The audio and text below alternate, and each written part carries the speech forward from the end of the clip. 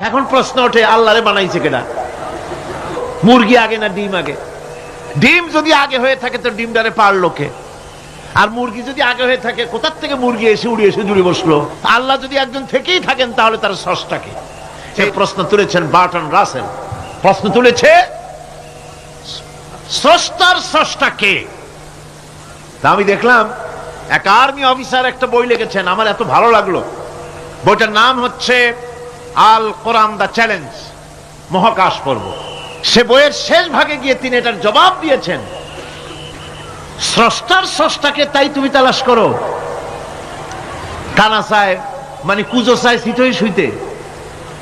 একটা লবণ কণার দৃষ্টান্ত তিনি দিয়েছেন। একটা লবণ কণা, একটি লবণ কণার ভিতরে যতগুলি মলিকুল থাকে, একটা লবণ কণার ভিতরে যতগুলি ক্যালাস থাকে, একটা লবণ কণার ভিতরে যতগুলি উপ